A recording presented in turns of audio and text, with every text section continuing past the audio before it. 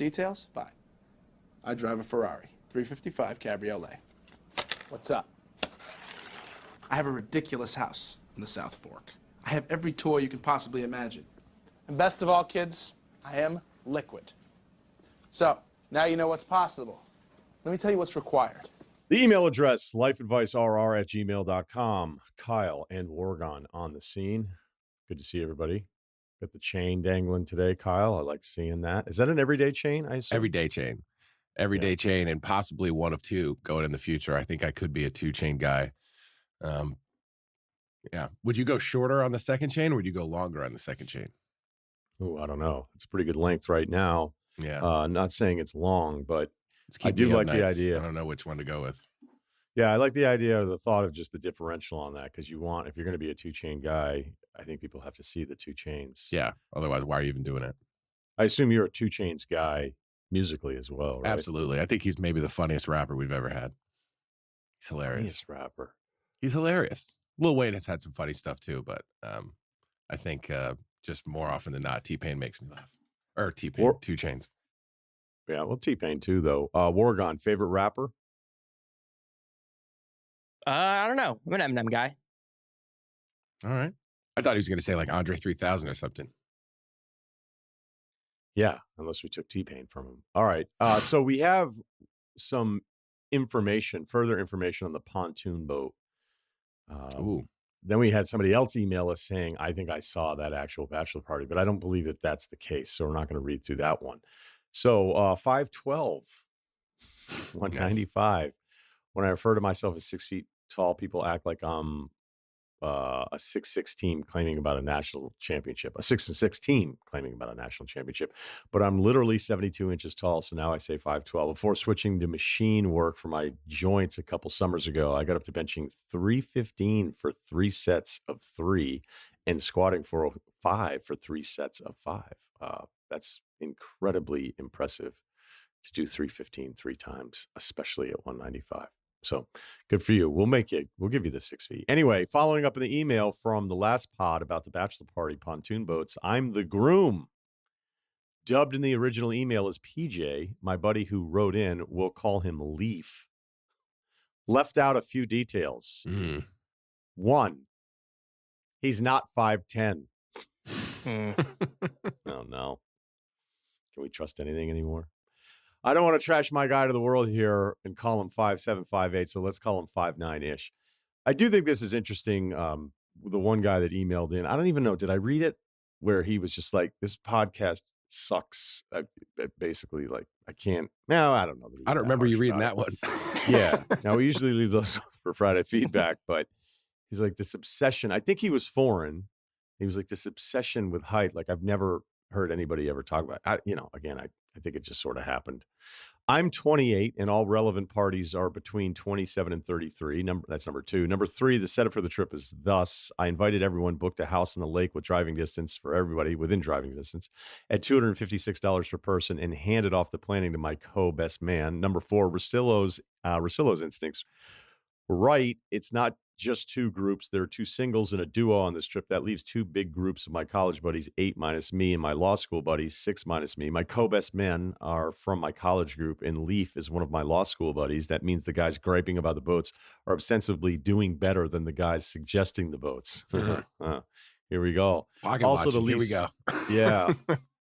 Also, to Leaf's point about wanting to be consulted, every bachelor trip I've attended, and my fiance said the same, has had 1 or 2 people plan the trip and send everyone else the itinerary. So if not being consulted is Leaf and the others' lawyers' issues, Ryan's, quote, trouble with authority, unquote, hypothesis might be accurate. That said, the boats are a bit of a dilemma. One co-best man, we'll call him James, found a deal for 2 boats for 3 days at $186 per person. Okay. So that means you have access to boats all 3 days, 2 boats at under $200 a guy. So, I know if that's $186 for the entire trip, like, hey, here's your boat fee. I mean, dude, you know what storage, That's storage not talking is? gas, though, right? You still got to top them up when you bring them back. Yeah, I would think. Yeah, but I mean, if you're just pontooning them around the lake, I don't know that you're blowing up 3 to days of Malibu boat at races. 20 knots. 3 days of Yeah. boat races could totally up the. Everyone's passionate about it. Just can't wait to get back out there and go for round 12. We won't all fit on one boat, and there are Right. some waterfront bars, restaurants. So James wants 2 boats to make sure we don't split up getting to and from each place. The boat rental has a 3-day minimum because it's a holiday weekend. All right, so they had to do the 3 days. They also agreed to cut the price to $40 per person if we get 2, meaning one boat isn't exactly half the price. Okay, so that's where the 186 is. Again, it's 186 for the entire weekend to have Yeah, boats. Again, that's cool. I like boats, but I kind of know where this is going. On the one hand, $440 for the house and boats is still cheaper than Vegas flights for our other buddy's bachelor party. On the other hand, we're almost doubling the cost of the trip before food and drink for the boats we may not want to use, as we've already mapped out a lot of other activities for the weekend. Other guys are also worried about the danger liability of the 3 guys, including me, with boating licenses, staying sober enough to drive, or just generally avoiding damage to or accidents in the boats all weekend. Boating these bars and restaurants is also slower than driving Ubering would be, so it's not adding convenience, only experience.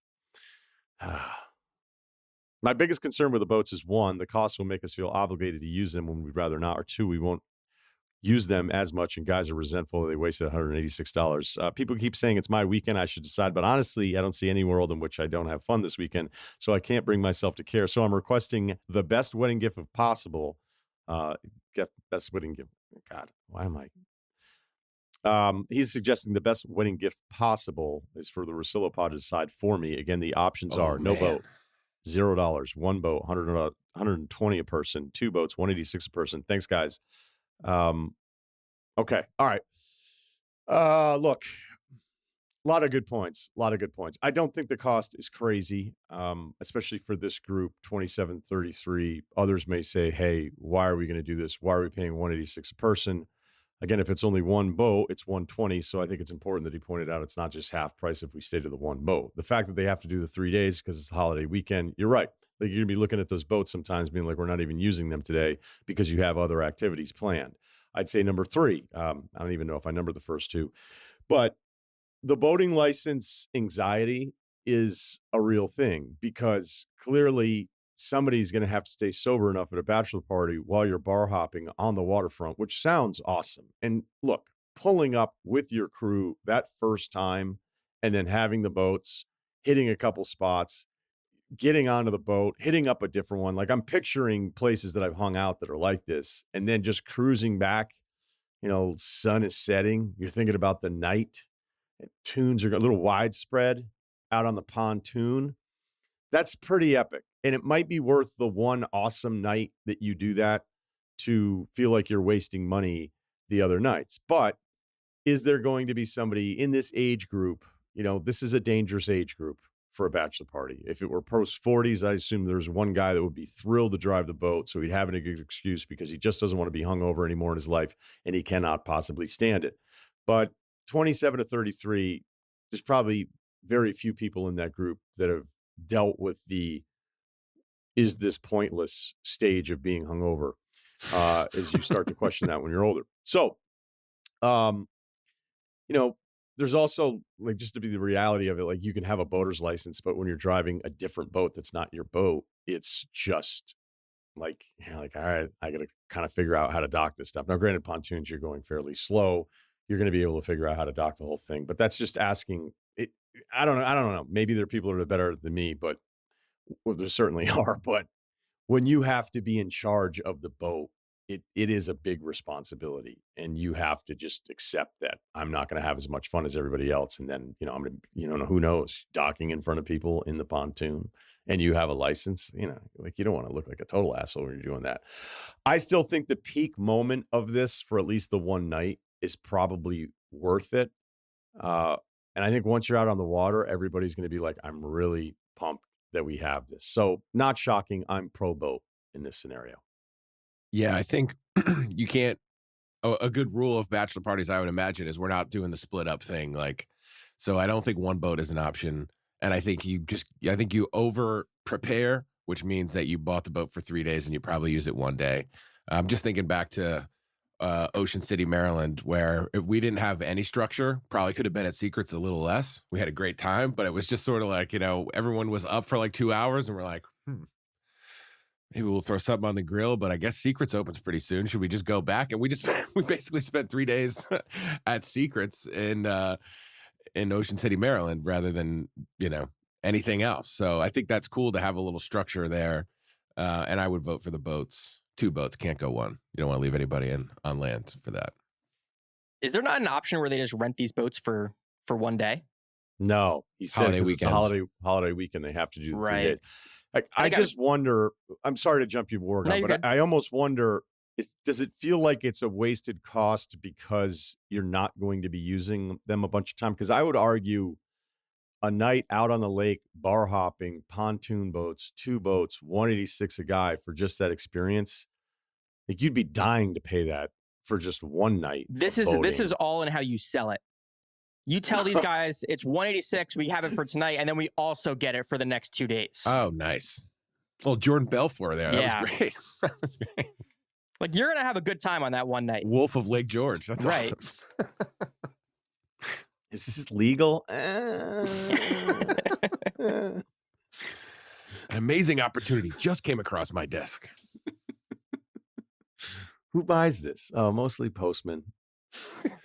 I don't know that there was like if the cost were extravagant, and I don't mean to, do this at times in the pod when we're talking about money, where I know that I can kind of default to like $186. Like, come on.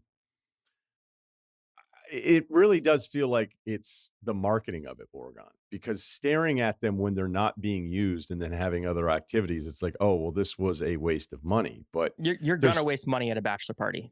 but there's no unless you had some guy with just a beat to hell pontoon boat that could put 20 dudes on it. It's like, hey, throw me $50 and he's taxiing you around for the entire night. I just don't, how expensive boats are, like to charter them. Now, I just don't think that's a massive cost. And I think that first night, the one big night where it really works. And then if you have just a lazy day where you don't feel like doing anything, because it's like, I don't know if you're going out 2 nights or you're going out 3 nights, you just say, hey, do you guys just want to take a cruise? Who wants to take a cruise around? And then half the guys do. And who knows? There's probably going to be one guy who's like, well, I didn't even use the boat the third day. I stayed in. It's like, all right, man, you stayed in. 186. It's honestly the price of like a nice dinner where no one really spares any expense and you all split the checks like 6 ways. It's like 186 is sort of what you can be expecting. So it's like basically the cost of a nice dinner for 3 days of access to boats. So I say yes, I vote boats. Also, this guy's right. Like, he's not doing the flight to like Vegas or somewhere. So like, you're saving money. Like, who cares if this is slightly more than you'd want to pay? Because overall, you're saving money.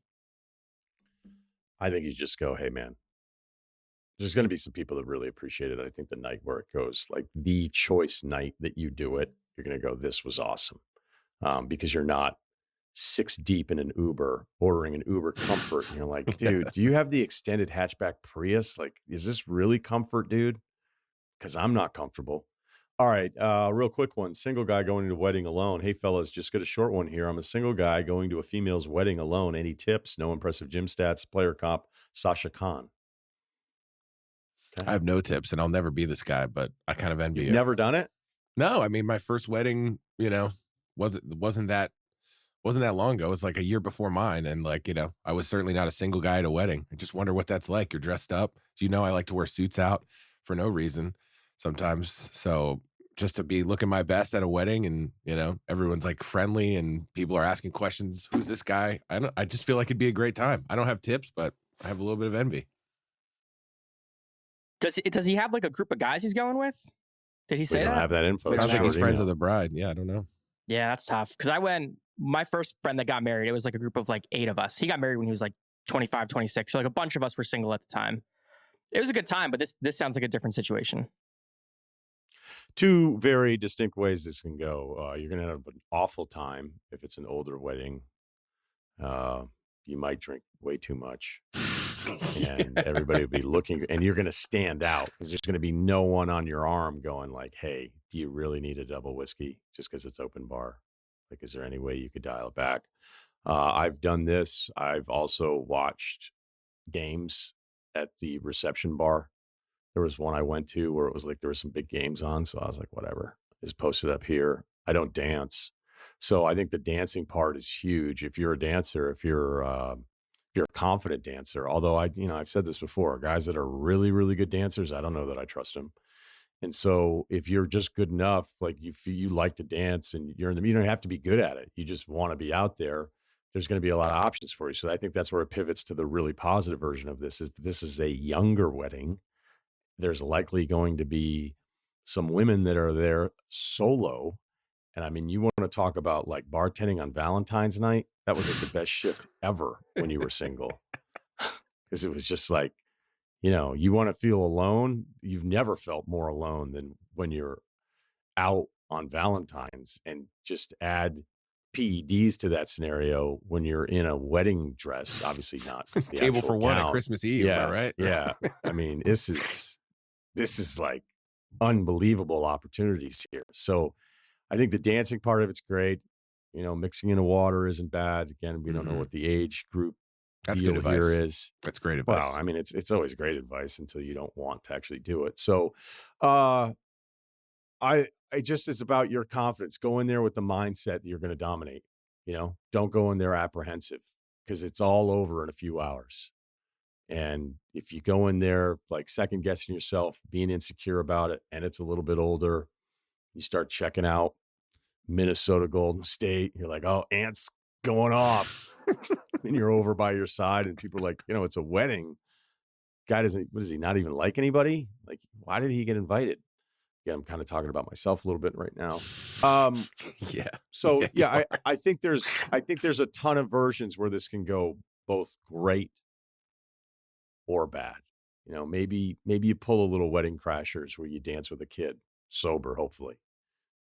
get that out of the way early if that's on your list. I Yeah, think. right.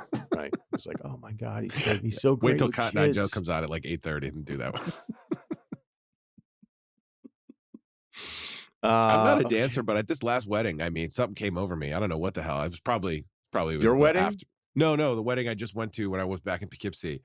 This wedding was actually in Brooklyn, but I don't know what the hell happened to me. I was just like towards the end there. And then I started giving the guy a couple requests. I noticed nobody was doing that, so I didn't know if it was okay or just people didn't have the stones to ask him. He played all my stuff. I mean, really, when you see the opportunity to ask for Ride With Me by Nelly and it's going to hit and the DJ's on board, I mean, I felt like the king of that Brooklyn warehouse, wherever we were, just for a little short time. That's great. Yeah. That's great to hear. Okay. Chicken tender turmoil. 5'9", 150 player comp. Julie Connor from Deering High. Anybody? Okay. Apologies for the outrageously lengthy email. All right, we're on to you. But wanted your advice on how to handle this lunch event, as it will surely be repeated. I went with some friends to a local fast casual place that specializes in chicken tenders. Could it be Raising Cane's? Two of us are ordering the same thing. 3 tenders and French fries. Sounds like Cane's. Sounds like Cane's. The tenders were priced something like 3 for $10, 6 for $15. Again, sounds like Cane's. Shout out to Todd Graves. The fries in regular or large size were similarly mispriced in favor of the larger size. So it only made sense for Lucas and I to exploit this pricing loophole and get the 6-piece with the large fries and then split them. However, here's where the dilemma came. Having been in this establishment many times, we knew the tenders are not uniform like McNuggets. Right. Yeah, so you're right about that. Real chicken. But that's part of the adventure. Always fresh, never frozen. But come in varying sizes. We had to decide how to split them up. So before they were served, we set a chicken tender draft order. After some debate, we settled on Lucas choosing 1, 4, and 5, and me choosing 2, 3, and 6.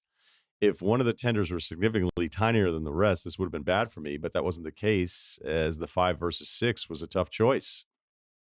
That's great to know that your tender depth was still, pretty strong at 5 and 6. The fries were easy to split as there were too many, and neither of us really cared how even it was. But wondering, since we may do this again, how would be the fairest way to split the 6 chicken tenders? How fair would it be? It goes without saying that I love the pod and spending time on a Sunday night writing this message. I kind of think you nailed it. I mean, Awesome, I don't, dude. yeah. I have 3 groups of friends.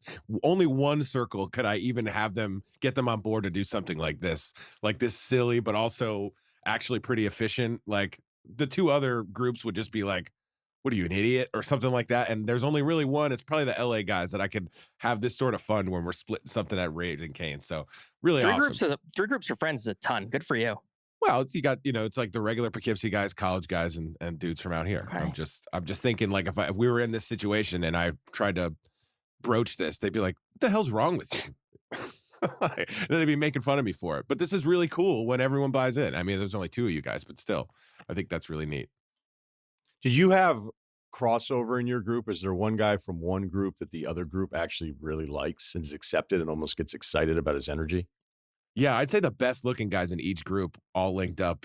Nice. And it was just like, so this is our superhero and that's yours. And yeah, and they like, they got a little side text going on. Do you think they actually address it? Be like, hey, you're the hottest out of the Poughkeepsie group, and I'm the hottest out of the LA group. So I mean, you only got to be out together for like 10 minutes, and it's like, we're talking like, we're talking about 9s here. So the chemical reactions. I think I got 2 9s. Yeah. Wow. I don't think any of those guys have showed up to any of the live shows, correct? One of them to the Philly one, but I don't know how much you saw of them. I think I did. I was busy during that show. Wargon, how about you? No, none of my friends are 9s. What's the question? Print the shirt. That wasn't it, but it's a better answer than whatever I was asking. So, no, when you were describing this, I was like, the only fair way to do this is snake draft. And then he said it. I think you nailed it. Nothing else left to say. Well, there could be a 6-tender combo that you feel like the depth is in the first 3. Yeah, unless you're like taking a knife and like cutting them, which you don't want to be doing. This is the way to do it. You could also order an extra tender if you want, like $1.99 or whatever. Yeah, $2.99. Really. You could also just order 2 3-pieces though, for spending extra money. He felt like the fry loophole was just right. I don't know how that. This is Moneyball pricing model. Who's the Hatterberg of chicken tenders from Raising Cane's? So I don't like when Van Pelt and I would constantly do drafts on the shows.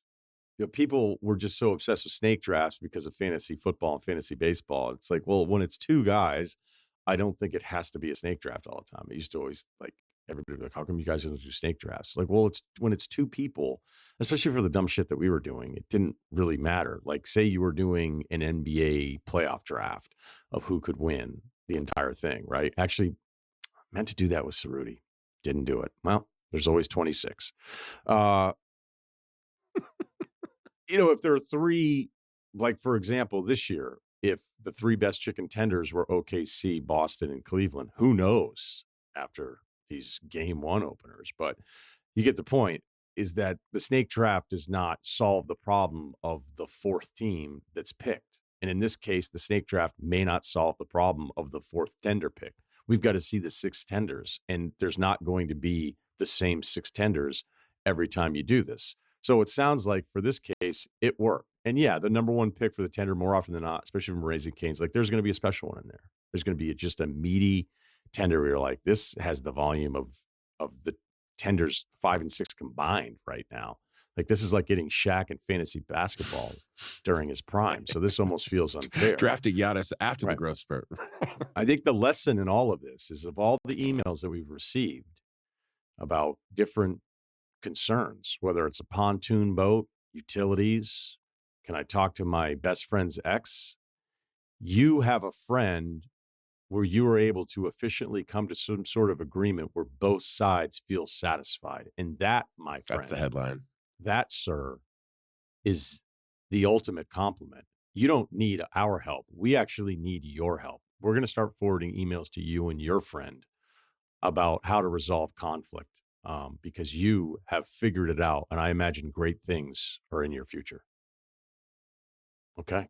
That was wholesome. I like that. Today. Yeah. Thanks to Oregon. Thanks to Kyle. Thanks to Jonathan Frias. We are a video podcast on Spotify. We are also on YouTube, so please subscribe. And as always, check out the Ryen Russillo podcast or on your Spotify. They were going to name me Michael Jordan. My dad was like, I don't think he can live up to it, so they named me Michael Jared.